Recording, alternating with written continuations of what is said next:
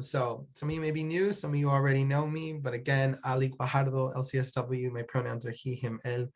And today, for this training specifically, I'm going to be pulling from 5 years of being trained in EMDR and 3 years of being trained in DBT.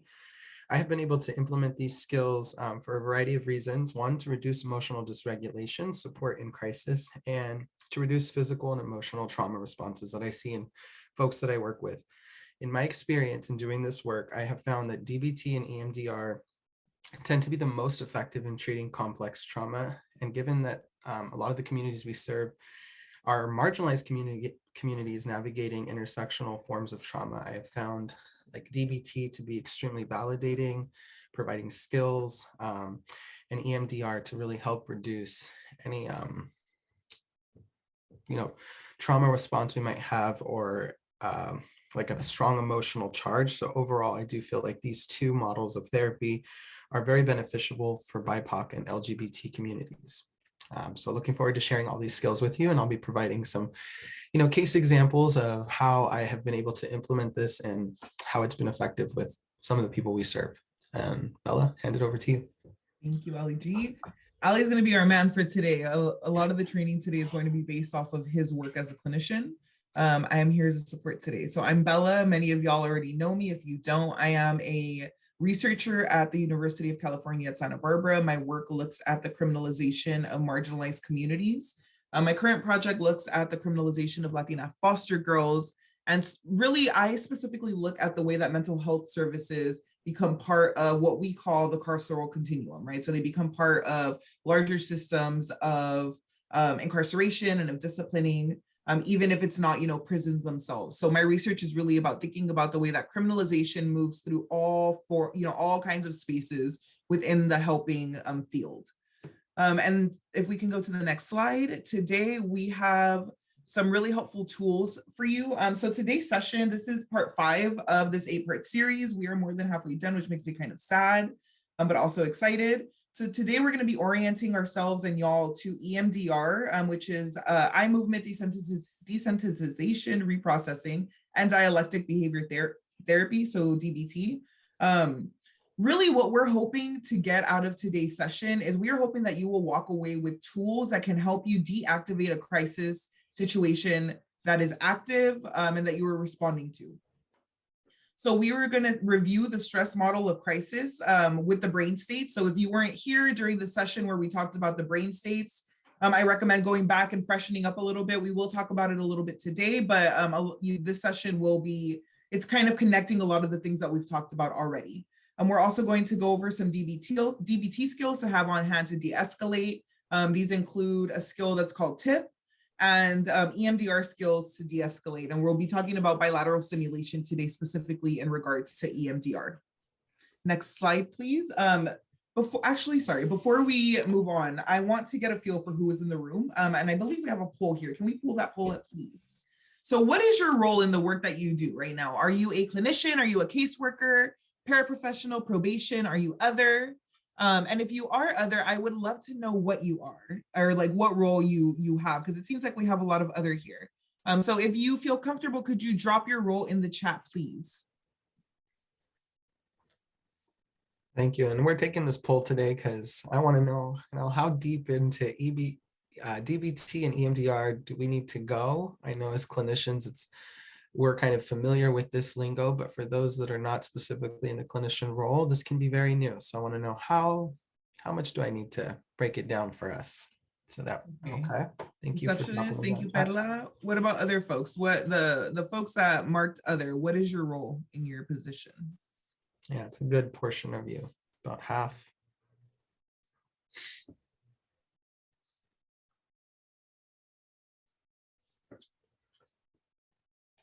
Community school coordinator. Right. Ooh, restorative justice coordinator. That sounds awesome. Okay, we have a CEO, a grant writer, and data analyst. Okay. Okay, Nisha. So this will be super helpful to you in many roles then. Data assistant and an attorney and disability rights organization. Okay. Wow, we have quite a range of people. So I think it will be helpful, Ali, to give a little bit of background on DBT and EMDR. All right. All right, y'all. Thank you so much, y'all, for engaging in that. This just helps us get an idea of how we should proceed with today's session. All righty, let's get into it. So let's try move to the next slide, please. All right, so right here, what you see on this slide is going to be the stress model of crisis. This stress model of crisis is pulled from the therapeutic crisis intervention training developed by Cornell University, which kind of helps us understand the person in an effort to implement de-escalation techniques and provide moments of coaching and teaching skills.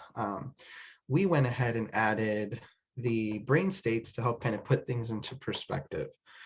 So what you see here is, our baseline, which is where we are kind of operating when we are in our normal state. Ideally, we are in our executive brain. We're able to make decisions, think fully, think of consequence, think logically, overall wise mind. So yeah, this is where we're in our normal baseline, and ideally in the pre-crisis state, this would be a really good time for us to start to build a safety plan, right? To be preventative in that if a crisis were to occur, we would already have some information, some skills, some strengths that we can build on. Then we have an event, right? Where someone is triggered. That event can be when someone feels challenged, when feelings of frustration come up, when we're stressed. This can be related to what we see for PTSD, right? Something in our environment or something in the environment has triggered us. This can also be, I've seen this happen where, a youth, that can be a child or a teen, doesn't get what they want, or, their mom's not letting them go out. They can't play their video games. And I think when I was working with Wraparound, I saw a big portion of like 10 and 11-year-olds who were, losing it when they couldn't play the video games or get what they want. Then we'll see that kind of, so the agitation begins, then we'll see the escalation phase. And this is where we're kind of seeing that the emotion brain is really, really activated here, right? They're feeling a strong emotion and it's causing them to act in an aggressive way. This can be verbally, non-verbally. Some of this can look like withdrawal, right? Some folks, it's not aggression in that outward aggression, it's more of an inward, but they're definitely in that emotion state. This can also look like, yelling, cussing, name calling. There was a youth I shared with you all in one of our last series, right, where he would get agitated by kind of seeing his ex-abuser, and then the grandmother would report that after that he would start to make verbal comments and kick things and start throwing things, but not directly at anybody. And then 2 hours later, this is where he hit the outburst area. So this is when the verbal and nonverbal actions become dangerous and unsafe. And this is when we want to ideally intervene, right? But again, understanding the brain states, we're going to recognize that when they are in the outburst crisis part, that is that survival brain is active, right? There is no thinking, there is no emotion other than fight, flight, freeze, and it's you versus me. And in the stress model crisis, they talk about this period of time for the outburst ideally can last about 20 minutes. Now, again, this is going under the understanding that someone's not on mood altering substance, like a meth or a drug like that, where that outburst, that crisis, someone can rage for a really long time, but ideally it's about a 20-minute span. So again, in that brain state of survival, what is our goal? Our goal is to ensure that they feel safe. So that is removing everything that's triggering, making sure people are out of the way so that no harm is done. And then we allow that kind of violent outburst to kind of play itself out, because again, the body will tire itself out, and then the person will enter a state of recovery, right? Again, ideally going back to that executive brain, where now they're putting things into perspective. Oh my God, I just hit my grandma. Oh wow, I really said those things to that person. I didn't mean it, right? And so this is the point where we can then start to implement some of the skills that I'm going to teach you today, because we cannot implement these skills when it is survival brain. We can implement these skills when it is an emotion brain, right? So taking into account intersectionality, where we're talking about the layers of identity that may be impacting them are then going to be the things that we can validate. So if we kind of catch someone here, they're kind of already getting aggressive, we can start to, what I'm going to teach today with DBT is emotion regulation, right? This can be the part where we really can intervene and bring that person back to baseline before it hits the outburst. But again, if we are in the outburst, we need to just ride it out and wait till they get to recovery before we can then start to implement some of the skills that I'm going to teach today. So quickly sorry, Ali, to quickly reiterate, right? So the idea is that if we can intervene at the triggering or escalation phase before we get to the violence or to the outburst phase, then we can avoid some of those really large, violent outward displays of crisis emotions. The tools that we'll be teaching today will try to help give you, or will give you tools to intervene at this phase before it turns into the full-on outburst crisis. And you can also use them or implement them in the recovery phase after the crisis has run its course. Right.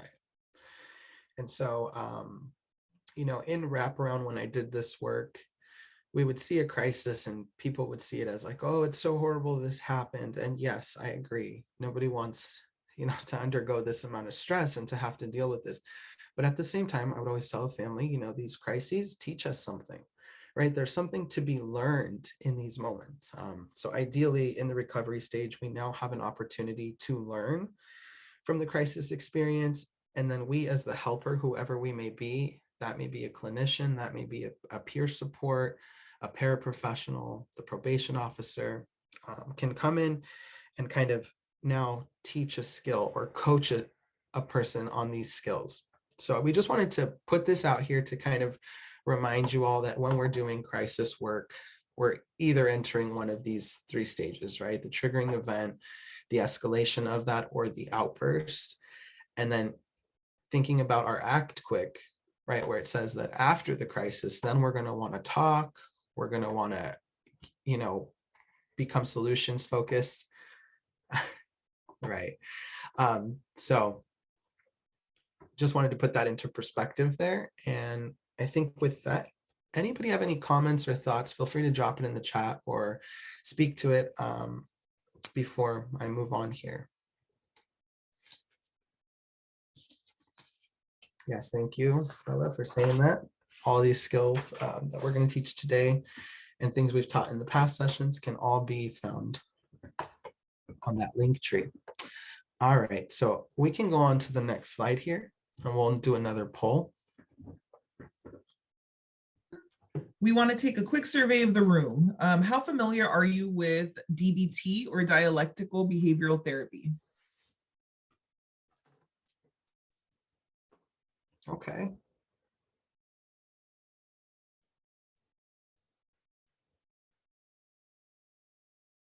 Okay, cool. This is helpful. So folks have a range of familiarity with it.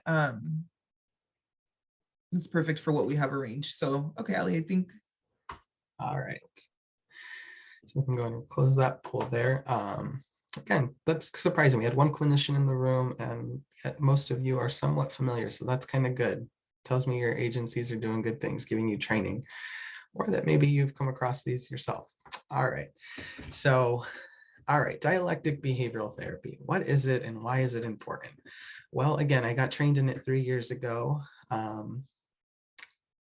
And not knowing how effective or how important it was going to be in the work that I do in transgender healthcare. But it is an evidence-based psychotherapy that began with efforts to really support and treat personality disorders such as borderline personality disorder. It also helps with interpersonal conflicts. So there are evidence that DBT can be useful in treating mood disorders, suicidal ideation, and change behavior patterns such as self-harm and substance use, right? So in the 1980s, Marsha Linehan had kind of developed dialectic behavioral therapy. She was kind of building off of cognitive behavioral therapy. But one thing she noticed with cognitive behavioral therapy is that it really didn't work for mood disorders or people that were vulnerable. That's kind of a terminology that's used in DBT, people that were susceptible to high emotions, right? And kind of thinking about the brain, right? The emotion brain, that the more experiences we have on a feeling, the stronger our emotional charge is going to be. If I have a history of being neglected, anytime I feel neglected in my life, I may be more reactive. I may have a stronger emotional charge. So there are 4 components to DBT that are taught in the model. The first one is going to be mindfulness, which is the practice of being fully aware and present in the moment, right? And in next session, I'll kind of dive a little deeper into that. So for today, we just need to know that it is a component of DBT. Distress tolerance kind of teaches us how to tolerate pain in difficult situations and not just change it. So this is kind of where, you know, we see a lot of crisis situations come up, is that there is a very difficult situation or emotion that's come up and people want to change it.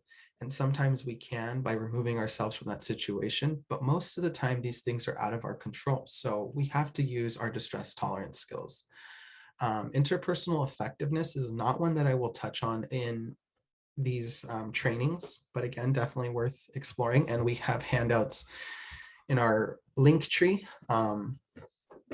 So the interpersonal effectiveness skills teach us how to ask for what we want and say no while maintaining self-respect and relationships with others, right? Those that tend to be more susceptible to mood disorders, kind of have those highs and lows of their baseline, kind of an extreme emotion or feeling really down, tend to act impulsively and then can then act out and rupture some relationships. So in the dialectic model, we are teaching the skills for how to be effective, even when we can't get what we want, but we want to maintain a level of respect for everybody. And then emotion regulation, right? Again, kind of thinking of that emotion brain. How do we bring someone out of emotion brain? They need to feel connected, accepted, loved. And we do that by being able to validate any emotions they're going through. And again, keeping in mind that intersectional lens that, for example, a Black woman who's experiencing something may be because of her race, maybe because of her sexuality or her gender. And so when we can validate all of those layers, we're going to get more emotion regulation. So emotion regulation overall teaches how to change emotions that you want to change. So these are kind of the 4 core principles of dialectic behavioral therapy. Today, for the sake of crisis response, I'm going to teach us, we're going to dive a little bit into emotion regulation and then definitely end on distress tolerance. And so we can go ahead to the next slide. All right, so this here is a nice little diagram that was created already online, so I didn't have to create it, but it talks about like emotion regulation. If we can't, or emotion dysregulation means we're going to have a problem behavior, right? If I can't control my anger, I'm probably going to break something, and that's a problem. Or if I'm attempting to regulate with like cutting or, you know, cussing someone out because, again, I'm trying to regulate my emotions, we're going to see a problem behavior. So the core theory behind DBT is that some people, like I said, are more likely to react more intensely towards certain emotional situations. Emotion regulation skill, the goal is to regulate. Emotional regulation is to reduce emotional suffering. The goal is not to get rid of the emotion because, again, our emotions teach us something. They play an important function in our life. These skills help us change unwanted behaviors, right? If I don't want to like throw things when I'm mad because now I broke my phone and I got to buy a whole new one, that's going to suck. It reduces the emotional, my bad. Yeah, it helps us change unwanted emotions, reduces the vulnerability to becoming extremely emotional, increases our emotional resilience, right? If we can learn how to move through our emotions in a healthy way, we're going to be more resilient. I always say the more skills we have in our pocket for emotion regulation, the more opportunities we're going to have in our life. And that is something I tell my patients all the time, because we are living in a world where these things are going to come up. And Bella, did you want to comment? You know, I always have something to say. I also just wanted to say here that, you know, I think that when we're talking about something like DBT, when we, you know, when we hear things like, you know, this is helpful for people that are more susceptible to high emotions, this doesn't necessarily mean that there's any, you know, that it's like a personal fault that they're more susceptible. No, what it means is that they've had life experience very often with systems of oppression. It may have been a traumatic childhood. different experiences that create the realities within our brains that make it difficult to regulate emotions because we have so many more emotions that are informing the behavior. So this isn't to say, right, that people are, inherently flawed, and so some people are just more emotional. No, what this says is that people that have experience with trauma are going to have more difficulty regulating their emotions, and they deserve skills. They deserve tools to be able to regulate their emotions. Yeah, thank you for that, Bella. Right. And again, understanding our emotions and being able to name them has so much power. There's power and knowledge, knowledge and power. But anyway, our emotions, ideally, they motivate our behavior, right? They communicate to another person, but they also give us signals and alarms that something is happening. So when we are in tune with our emotions, we are going to be able to validate, to process, and overall maintain our baseline without hitting that space of agitation or aggression. Again, what can make emotion regulation hard can be that, and actually we can go to the next slide here. Okay. I think I jumped the gun there. But anyway, last thing I wanted to say on emotion regulation is that things that can make it difficult can be not knowing what to do with our emotions, not knowing how to process the emotion effectively. Our mood controls us instead of our wise mind. And it overall can help us, arousal can cause us to reach a breaking point. So as I said, switch gears on the slide here, jump the gun. But so overall to say that we have a lot of handouts on this, on emotion regulation, that kind of have some good skills there. It'll be like, the emotion and when it's appropriate to feel it, where our body will feel it, and then how we can combat that feeling. So there are really good handouts in the DBT book that we have in our reference page there that you can look at, or we can talk about after this session here. But overall, if we can validate someone's emotions, then we can bring them out of a crisis. And then that allows us to teach or coach on the distress tolerance skills. So distress, when do we use distress tolerance skills? It's when we got that intense physical or emotional pain. The emotional pain is too strong and it feels overwhelming. When we have a strong urge to engage in unskillful behaviors, when we need to be productive, but our emotions are overwhelming.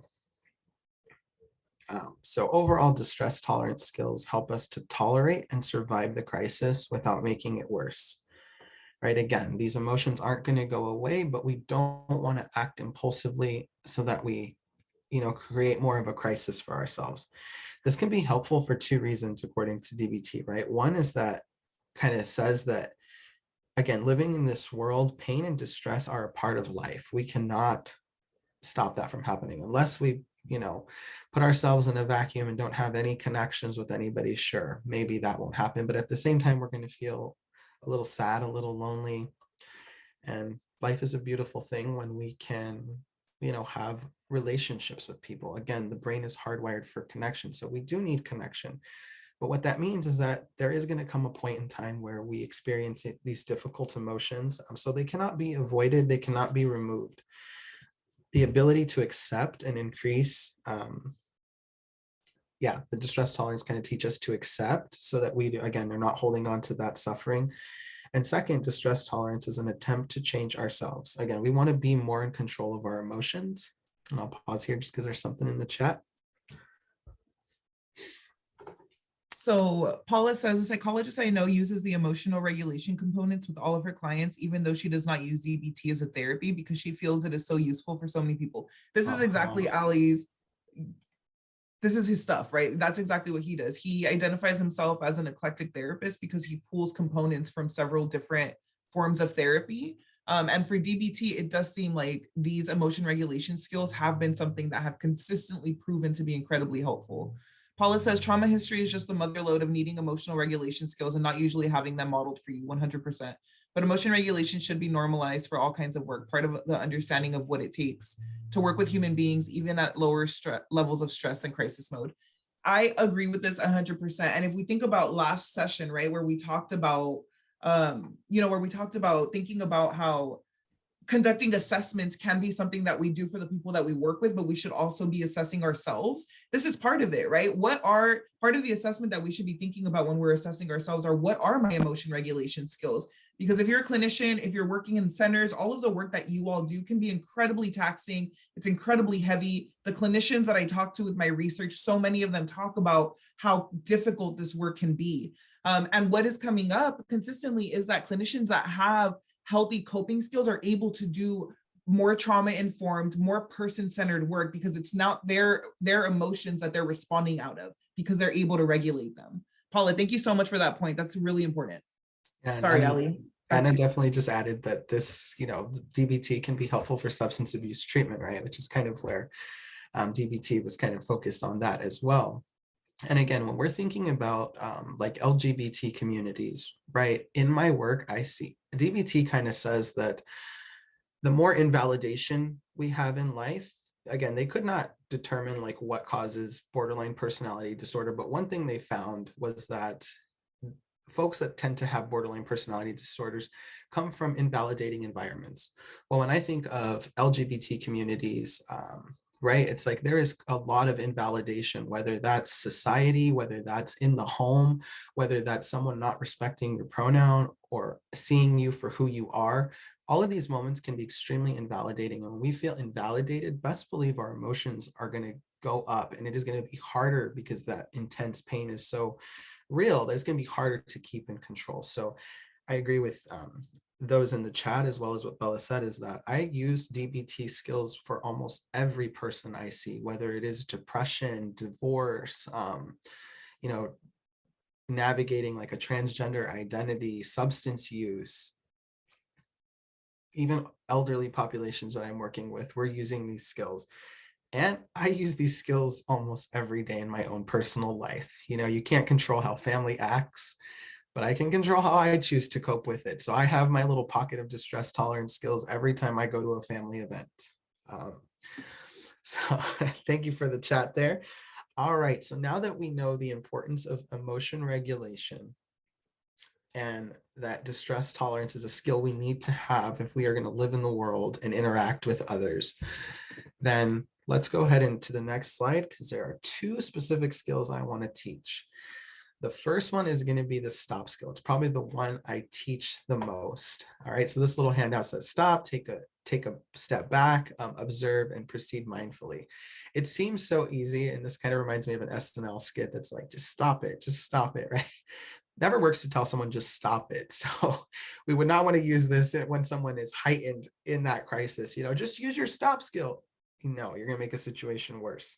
But again, once we get to that baseline or prior, we can have this discussion about how the stop skill can be helpful. So stop is kind of like what it sounds like. Just stop in your tracks. The S, kind of stop. Your emotions may make you act without thinking, right? And we always want to be in control of our emotion, because when we're in control, we can be more effective. So again, to stop is to just, so that we don't act impulsively. Take a break, take a breath.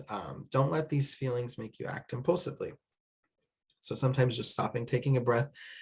Again, when a situation happens and it causes anxiety, right? Whenever we feel anxiety, one of the biggest coping skills we talk about is like breathe, right? Do some controlled breathing, do some bubble, circle, square breathing, because being able to take that breath, again, it combats the survival brain that's changing your heart rate, your temperature, the way you breathe. So when we take a pause and we can breathe, already we can kind of feel relaxed and like, okay, let me ground myself. Then we want to observe what's kind of going on intentionally and externally, right? So take a minute, think about like what feelings are coming up for you. What is this event triggering? What was it about the situation that bothered you?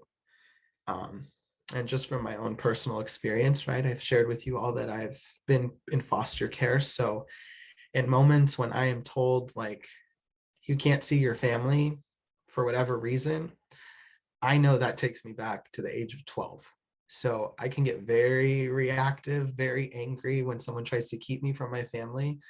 But I'm like, okay, let me use my stop skill, like stop. Okay, now this is reminding me of my childhood. Like, I just want to see my family. So, okay, how am I going to go about this? So then that P is like proceed mindfully, acting with awareness, considering our thoughts and feelings, thinking about our goals and asking what actions will make this better or worse. So again, kind of using that problem solving skill. So this is our stop skill. Again, it sounds so easy and so simple. And this is where sometimes it can feel a little ridiculous when I teach it. Sometimes they're like, wait, so you just want me to stop? And I'm just supposed to like take a breath and like explore how I'm feeling. And I'm like, yeah, that's exactly what I'm asking. And again, I use this skill with everybody, but the last session I had was a mother whose daughter crashed her car for the first time. And the mom got the call from her daughter, and she was extremely like, right on her, as she was sharing it in session, she's like, it triggered my anxiety, like I was so scared for her. And then she's like, and I started having judgments about myself, like as a mom, I gave her a car, but I didn't teach her what to do when an accident happens. So we're processing this in session, but she started crying because she's like, I feel like a horrible mother, because when she called, I started yelling at her like, why didn't you get his license plate? And the daughter just hung up on her. Right. And so I said, oh, well, we've talked about our stop skill. Like, what do you think of this being a skill we can use in the future? Like, let's play it out. And so she's like, well, if I had stopped taking a breath, I would have noticed that I was having anxiety because my daughter was in an accident, and that I'm feeling judgmental of myself as a mother because I didn't teach that skill. And then she said, and maybe in the call, I could have said, all right, this is scary. She's like, I could have validated my daughter and just said, let's plan what we want to do. Okay, what steps did you take? And then again, that would have caused her daughter maybe to not hang up on her, and then her not feel like a bad mom. So very small example, but just wanted to put that out there. And I also wanted to say that, not every crisis situation is the same, right? For a lot of you, the work that you do, if a crisis situation comes up, this skill may not be useful. But if you have ongoing communication with the folks that you're working with, if you have an opportunity to teach skills before the crisis situation even comes up, having this skill in their pocket can help avoid any kind of big emotion escalating into a crisis. So if you do have the opportunity to work with communities, before they get to the crisis situation, maybe when they're in executive brain in their everyday lives, this is such a helpful skill to teach early, right? Before the crisis even starts, when they're at baseline. And then Bella, did you want to add the question? Yes, sorry. Okay, so we wanted to ask y'all, this is kind of a knowledge share, also just to figure out, right, like what could this look like in lived experience, either with your clients or with yourself. So the question that we have for y'all is, can you think of a time where a stop skill could have been useful for you? So as y'all are thinking about this, the question is, again, can you think of a time where a stop skill might have been useful for you, either in your personal lives, if you want to share, at work, for a client, whatever feels good for y'all to share. And while y'all are sharing that, I also just wanted to say that the stop skill really helps us answer the question of, do we want to be right or do we want to be effective?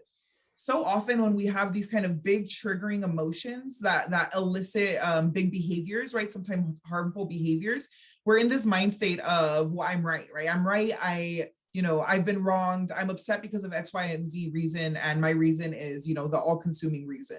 The stop skill really helps us to take a step back to figure out, okay, maybe I am right. Even if I am right, what is the most effective use of the skills that I have right now, of language right now, as opposed to just, coming out in these big outbursts. All right, so we'll give y'all a couple more seconds, but the question is, can you think of a time in your personal, professional, or with one of your clients where the stop skill would have been useful?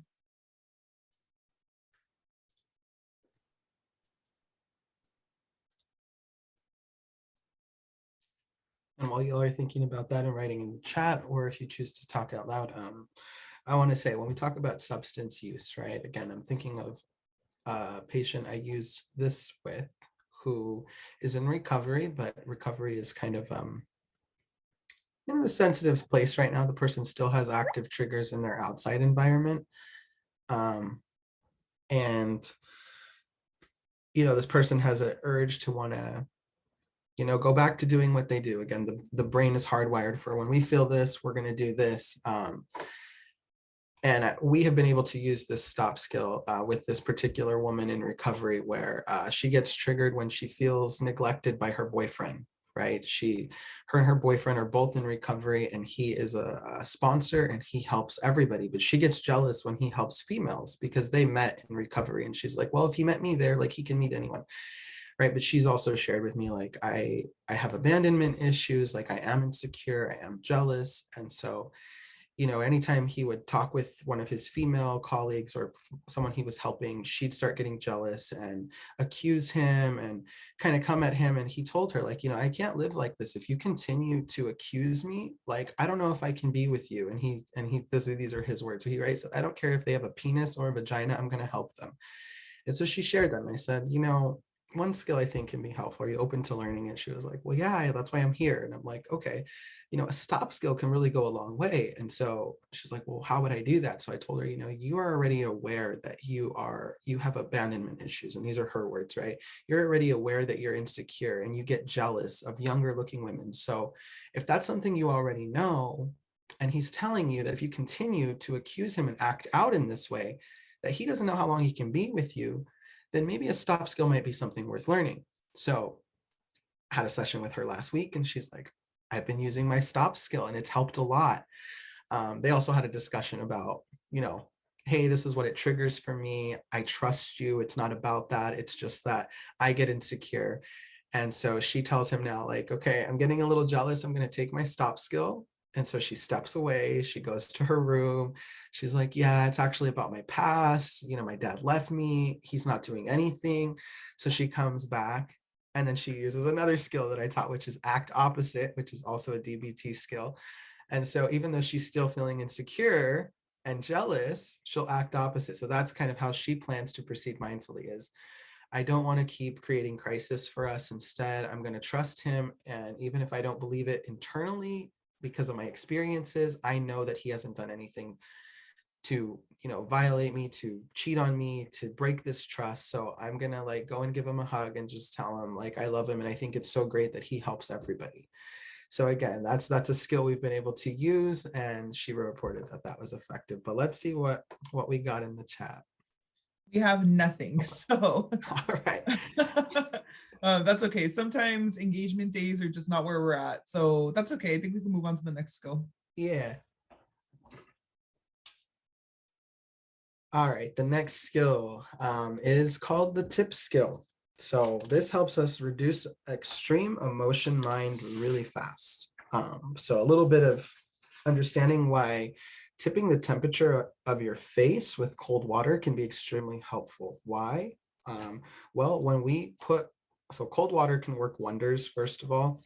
I always tell those, it's not necessarily the face too, but even, I have folks who are like, I just, a nice cup of beer after work, a cold beer really helps take the edge off. And I explain to them, it's because we're kind of tipping the temperature there. So maybe it's the beer, but I imagine that it's that cold feeling.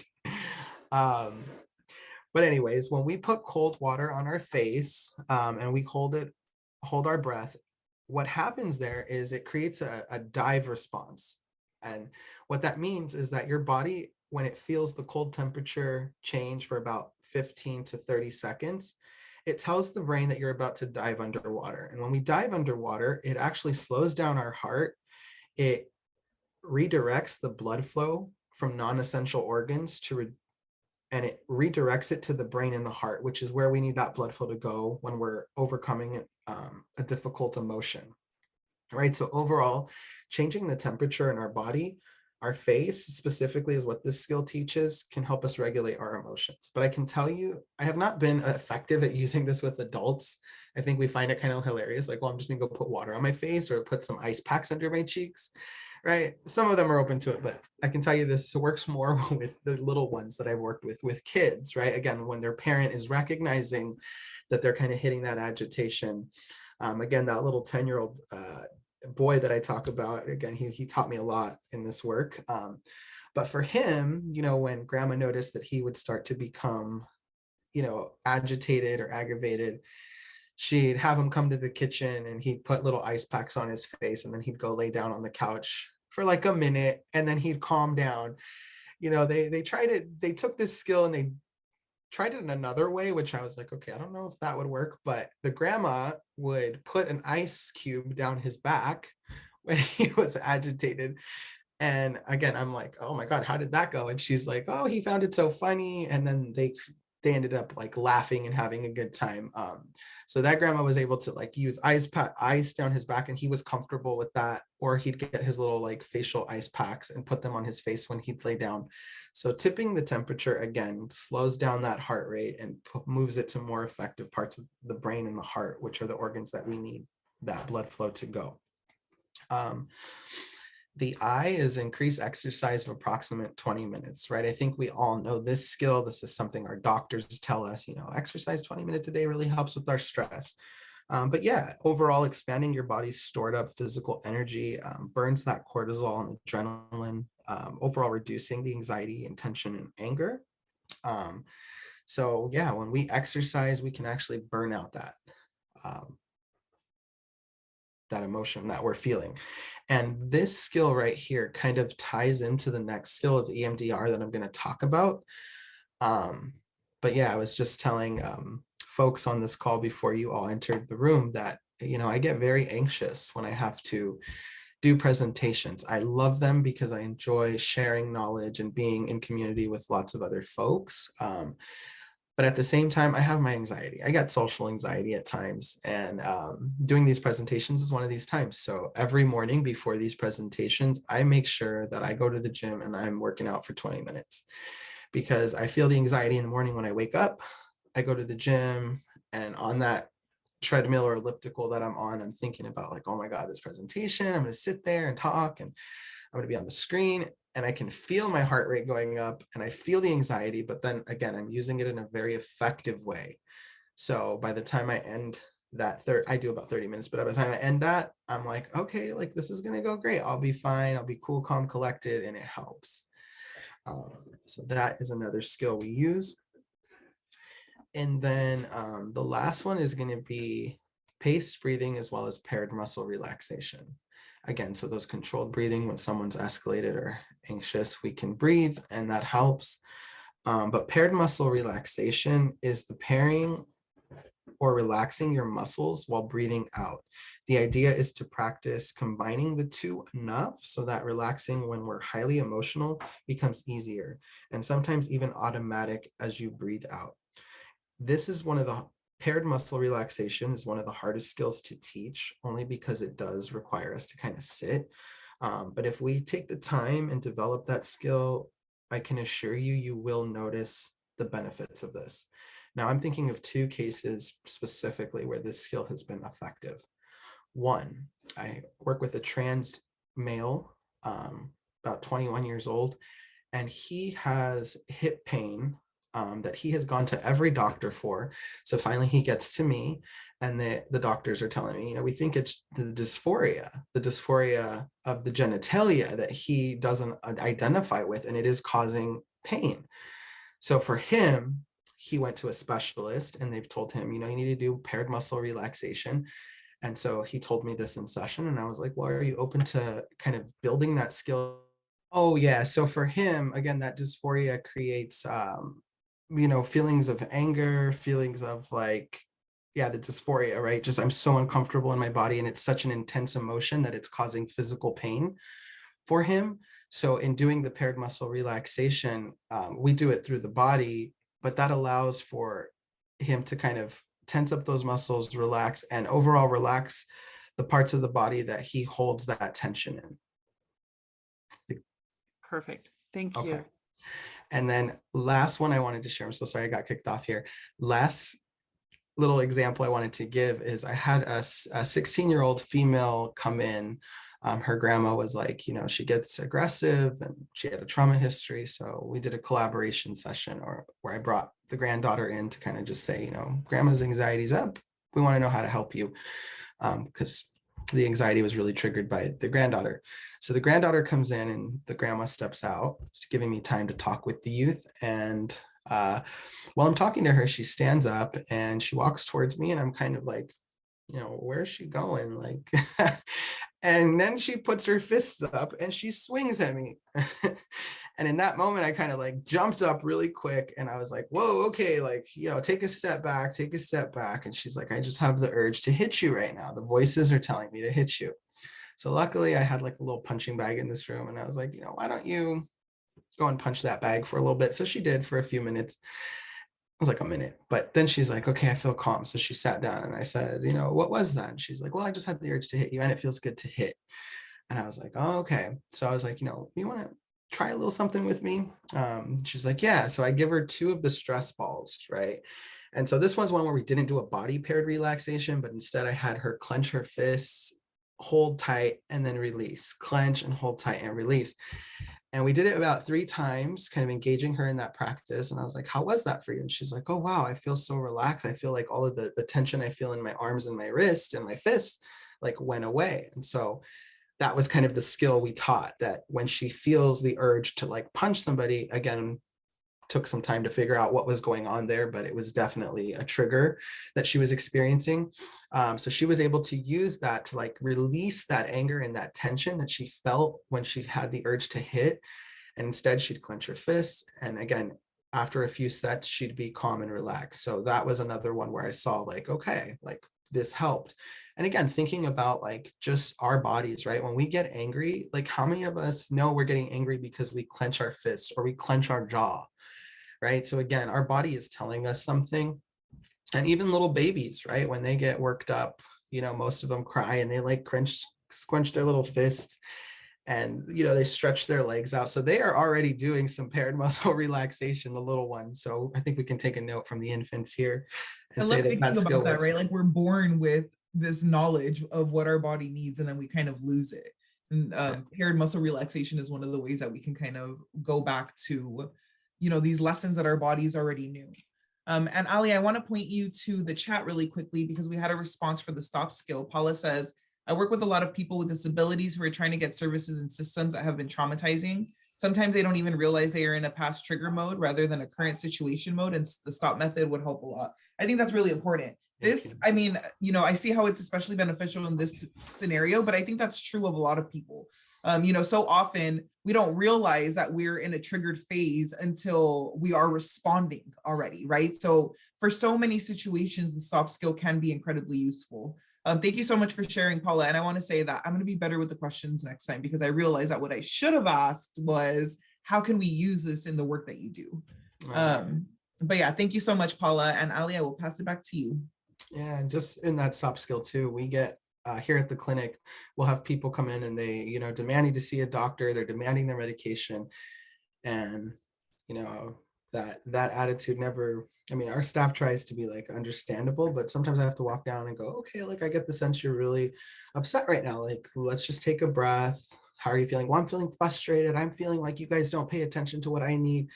And then again, the validation, it's like, okay, well, let's see what we can do. Let's plan how we're going to proceed. Do we need to reach out to your insurance? Do we need to reach out to your doctors? So, all right, Eliana, I have a question. Okay, yeah. Oh, was that question in the chat for you, Ali G? The question is about gender dysphoria and exercise and progressive body relaxation. So Eliana, did you want to ask? I think yeah, thank you. I remember, Ali, I think it was from the conference where you talked about, or maybe it was a separate meeting, where you talked about when people have gender dysphoria that is tied to specific body parts, to be careful around when we recommend exercise, because, for example, somebody who has breasts who it's painful for them to be exercising. If their body is moving, it's a reminder. And I'm wondering if you could talk a little bit about that. And then also around the progressive muscle relaxation, if we are working with a client we know has gender dysphoria with certain parts of the body, if there's any recommendation of like letting them know ahead of time. Progressive muscle relaxation means that we have to focus very intensely on different parts of the body. I can avoid this part, or just giving you a heads up. How would you negotiate those things? Yeah, no, I'm so glad you brought that up, Eliana, because that is a very true point, right? I'm teaching the skill here of like, exercise and paired muscle relaxation. But yes, definitely in the work I do and my own experience, right, is that certain movements, having someone sit across from you and walk you through your body, even though that person may not be staring at that body part specifically. When you are experiencing that dysphoria, it is this little white noise in your head that's constantly saying, oh, they're looking at your breasts, if you're a trans man, oh, they can notice how much that is popping out. So yes, whenever we do exercise or paired muscle relaxation with trans folks, again, we want to be mindful that what part of the bodies create dysphoria. And okay, so maybe jumping jacks is not going to be for a trans man who hasn't had top surgery and feels dysphoric about his chest. That's probably not an exercise I'm going to do. So I think there's always the question, right, of like, what exercises are you comfortable doing? And then that's kind of in my intake when I always ask, do you engage in any like physical activity? And if so, which ones do you like most? And that kind of gives me an idea when I develop the intervention to then say, okay, like this is what we're going to do here. But also in my office, when I do paired muscle relaxation, I will ask them, would you like the light off? Because again, even like for someone who's having gender dysphoria, going into a shower, very often the solution is turn off the lights or dim them so that we don't have to see those body parts that we're not comfortable with. So definitely want to take an assessment of like, when we're going to think about exercise, like what exercises are we comfortable doing? And when we engage them in these exercises, asking, would you like the lights off? I always like I sit side by side with them, because when I sit directly across from them in conversation, it works well. But in exercise, I am going to pull up my chair right next to them and face the same direction that they are so that they don't feel any eyes on them. And it kind of gives them a little bit of privacy. And again, I'll say, would you like the lights on, off? And that is something we can do there. So I hope that answers that question. And then that second part of the question there of like, can paired muscle relaxation be helpful for these areas, right? Or for gender dysphoria? Was that the question? Yeah. Yes. Again, every person is different, right? And I think we do have to have a very strong rapport with that person because again, they have to trust that, we are safe. And so I always think it does work, but again, you always want to check with the person. And Bella, I think you wanted to add something. I wanted to clarify the question for you. Actually, the question was, when working with somebody that has gender dysphoria, how do you navigate paired muscle relaxation that may engage that body part? Do you ask them if it's okay? Do you tell them beforehand? Do you ask them if they prefer to skip it? Like, how do you navigate gender dysphoria and paired muscle relaxation? Yeah. So again, if I'm aware that that's what's coming up, I might not do them in a full body paired muscle relaxation. It might just be specific parts. So most paired muscle relaxations start at the feet and then work up. And in that, I will prep them that this is going to be a full body, so it will ask us to tap into this. And again, because for this person, right, the dysphoria creates physical pain and tension in the pelvic area, in the hip area. For this person specifically, again, I had to have rapport, because the first 2 times I suggested it, he was like, no, it's okay, I'll do it by myself. And he's like, oh, it wasn't really that helpful. And I was like, oh, okay, well, like, would you be open to trying it with me one day? And so finally he said like, yeah, I'm open to trying it with you. And that's it. And that's exactly what came up. I was like, how was that for you? And he was like, well, it was good, but that part felt really uncomfortable.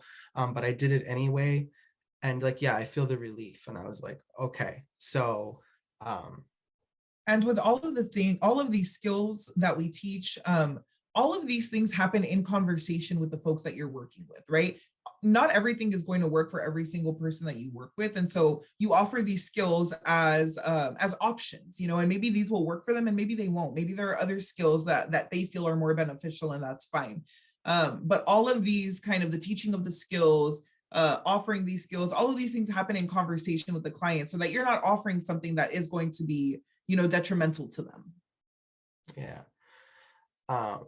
Yeah. And so, for example, with that youth, I was working with the girl, because her tension and her frustration and anger came out in like the urge to hit. A lot of the paired muscle relaxation exercises we did were focused on just the arms and the leg. I mean, just the hands and the arms and kind of clenching the fist area. We really didn't do full body, because again, she was like, 16, her attention span was a little shorter, so I couldn't really fully engage her in like a full body one. But ideally, the goal would be to go through our full body, because, like that book, Our Body Keeps Score, our body is tracking this stress and tension, whether we are or not. So when we do these paired muscle relaxations, we can start to feel like, oh, wow, I carry a lot of tension in my jaw. Like it can bring awareness to that. And I love the questions that you're asking, Eliana, and thank you for making that note there of what I had shared in the last training we did. But we can go to the next slide. So the next slide is going to be a 5-minute paired muscle relaxation. For those of you that are willing to do it, feel free. We want to get that set up. Yeah, so really what we're teaching these skills, and we want to be sure that we also know what they feel like. So if you find yourself in a position where you're able to engage in this paired muscle relaxation, it's only 5 minutes. We'd like to invite you to, and you're more than welcome to do it with your screen off if that feels better. Yes. All right, so we're going to go ahead and get that video going. I'm going to ring my little bell, 1, just to kind of orient us. On the second bell, I want y'all to take a deep breath in as we begin this muscle relaxation. And then on the third one, if we can go ahead and press play and get comfy. This is a 5-minute progressive muscle relaxation exercise. To begin with, get in a comfortable position, either lying down or sitting. Let your gaze soften and your eyelids close either partially or fully, and then gently shift your attention inward by taking a few deep cleansing breaths, breathing in and breathing out. Breathing in and then breathing out.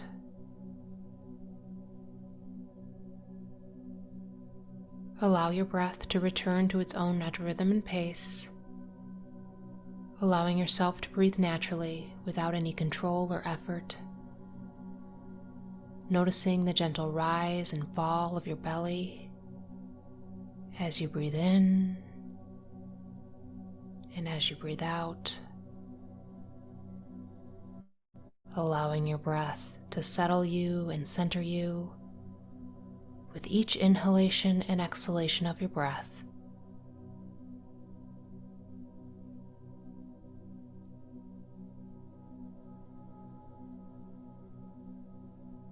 Now focus your attention on your head.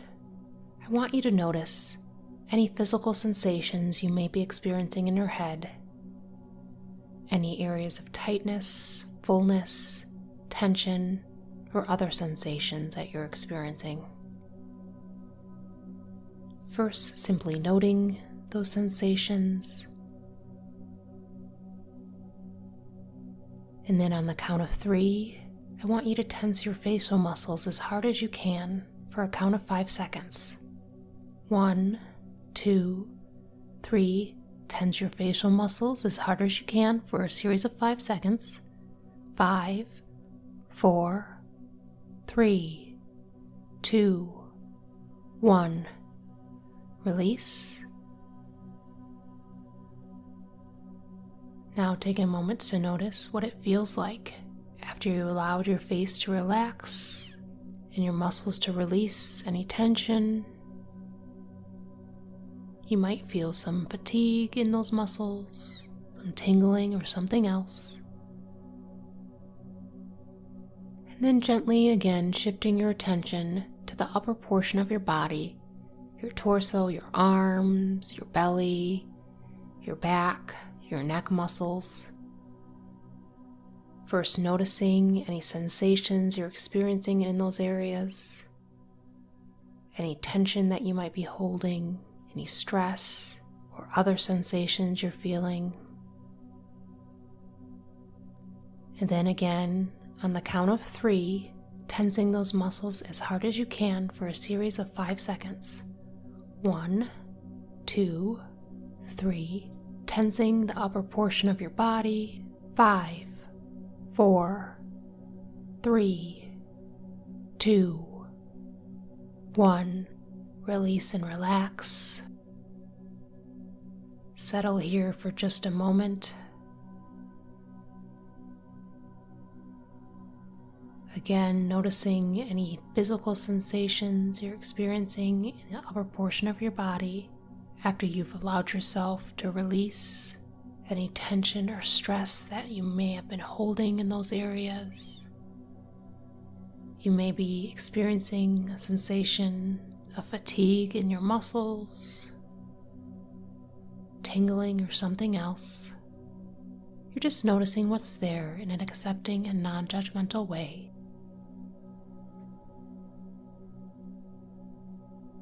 And then moving your awareness now to the lower portion of your body, noticing any tension, stress, or other sensations you might be experiencing in your buttocks, your calves, your thighs, your feet. Taking note of what it is that's there. And then on the count of 3, tensing the lower portion of your body as hard as you can for a series of 5 seconds. 1, 2, 3. Tense the lower portion of your body. 5, 4, 3, 2, 1. Release and relax. Take a moment to be mindfully aware of what it feels like after you've tensed your muscles and now they've relaxed. Again, noticing any physical sensations you might be experiencing in the lower portion of your body. And then quickly scanning your body from your head all the way down to your toes to notice anything that you might be experiencing now that you've tensed the muscles in your body and you have allowed them to release and relax. Feeling calm, relaxed, and centered. And remembering you can return to this meditation anytime that you need to help you calm your body and to help you relax by using progressive muscle relaxation.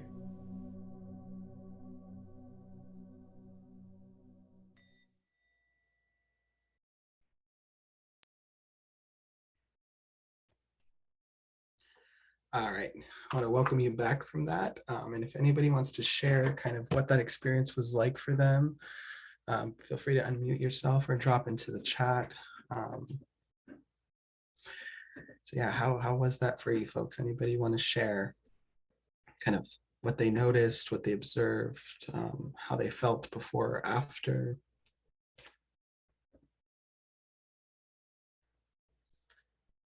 I will say for myself, I thought I was going to say, Go ahead, sorry. Anna. No. I was going to say, you know, I do this exercise even in my groups, and when you do it for yourself, it's so relaxing. You don't even realize the different parts of your body that's telling you something, right? Yeah. A lot of times there's like this buzzing throughout my body, feeling rested and calm. Yeah. Thank you, Anna. And I'm so glad you do this in groups.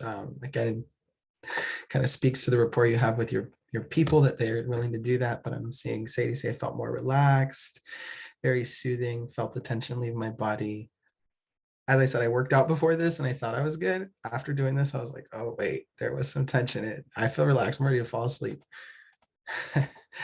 So as you all keep dropping stuff in the chat, we'll go ahead and get started with the last portion there. So that was a little bit on DBT, 2 of the top skills I teach. Go ahead and close that out. All right, what I have up on the screen is a little infographic on EMDR. There's so many things I can say about it, but I will say that kind of the gist of it, right, can be read on the screen, but also that EMDR has been really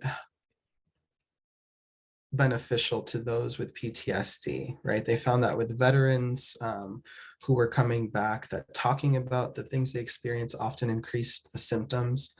And so EMDR became a method of therapy that helped reduce that trauma response very, very quickly.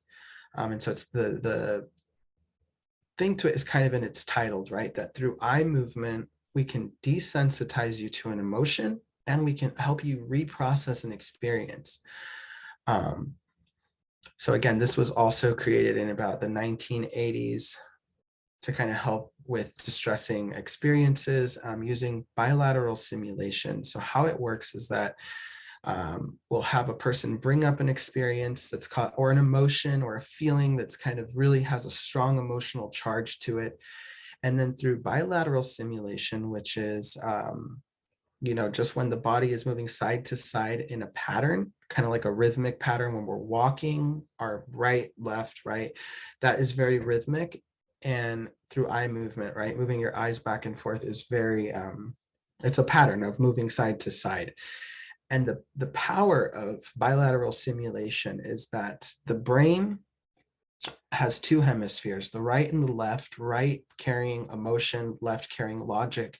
And when we are not moving our body in a bilateral movement, we are often set in one part of the brain, right? We tend to either be very emotionally charged or logical. And so when we engage in a bilateral, what that does in the brain is that it opens up pathways of communication. So the little sparks in your brain light up and they communicate with one another. And they found that that happens when we go to sleep at night. When we enter REM sleep, that is when our brain is kind of filing away the day and processing what happened. Now, our brain is kind of black and white. It will either process things with a negative core belief or a positive core belief. And in EMDR and in neuropsychology, we believe that the brain is hopeful.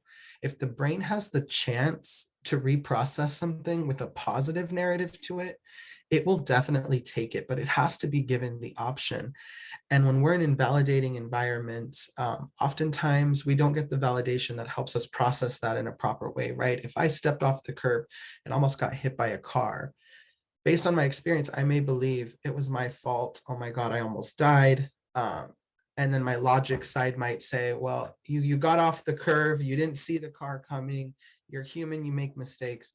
But again, if I go to sleep and that brain just processes it, based off my experience, it may process as that it was your fault. So when we do bilateral, we can take them, we open up the memory center of the brain, we bring that memory to the forefront of the brain, and then through the eye movement, we reprocess an experience. Again, kind of taking a negative belief to a positive belief. So there's 8 phases to this treatment model. Some therapists are very structured with it, right? You will go to a specific EMDR therapist who has certified in this and solely does this. But again, in the work that I have done, I have found in working with CSEC populations and trans folks that EMDR by itself it's not effective, right? Some people are like, I'm not an experiment, like, oh, I'm scared, like, what if things come up, you're going to hypnotize me. So for me, what I have found in doing trauma works is it does take a lot of trust from the person and that clinician to say, okay, I'm trusting that you can do this, right? So I had, and this is going to be a quick session, but I had one patient who was CSEC and had gone through a lot, and her core belief was, I'm going to die, because the experience she had felt like she was going to die. And so after a couple sessions, we developed some rapport. And so I said, I think you're not able to go to school. You're not able to sleep at night. Can I try this with you? And she did. And in one session, she went from like, I'm going to die. Then she cried and she was like, stop, they're going to kill me. And then I said, let's keep going. So we keep moving the eyes.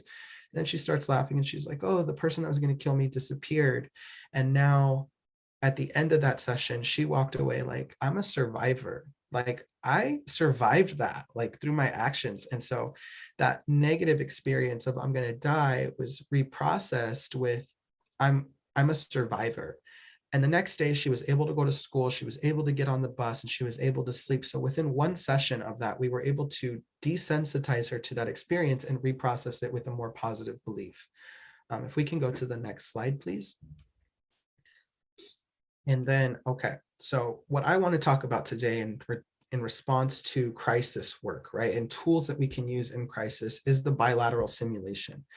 This is something that is taught in EMDR as we use it for many things. It can be the eye movement when we're reprocessing an experience, but some people, get a little fuzzy in the middle. So they're like, I don't want to do the eye movement. So we can use tapping. So tapping bilaterally. So I have some folks kind of hug themselves and do this as we talk about an experience. They're talking about a negative experience and they're tapping. And what I have found is that they can bring themselves down from that emotional charge much quicker than if we were just sitting and talking without activating left and right brain together. Because again, the goal is that we want left and right brain to communicate, because when they are communicating, we find the wise mind in the situation. I had one person who had gone through a lot, and it was on Zoom. And she said, well, I feel like I've already moved through that. And so I said, well, let's talk about it. And so she was open to it. So she started doing this, and she was a very logical person, right? She was like, I survived, like, I'm fine, I'm good. I'm going to school, everything's great. And as we were tapping and she was telling me the story, she started crying. And she's like, oh my God, I have to stop because I didn't realize that I had so much emotion around this. And so I was like, well, no, let's keep going. So she kept going. And sure enough, she was like, wow, I guess I've always just logically like justified what happened and just tried to move on from it, but she wasn't processing the emotional part of it. So bilateral simulation really helps us process intense emotions. So again, at that gym, when I go, it's the feeling of anxiety. You know, maybe my thoughts are like, you're gonna suck, or like, you're not gonna be that great, or they're gonna not, you know, respond well to you. And then at the end of that, as I'm moving bilaterally, my brain starts to talk to itself and it says, you know, you're going to give the best you can. Like, you're just sharing your experience. You're not saying you're the expert in this.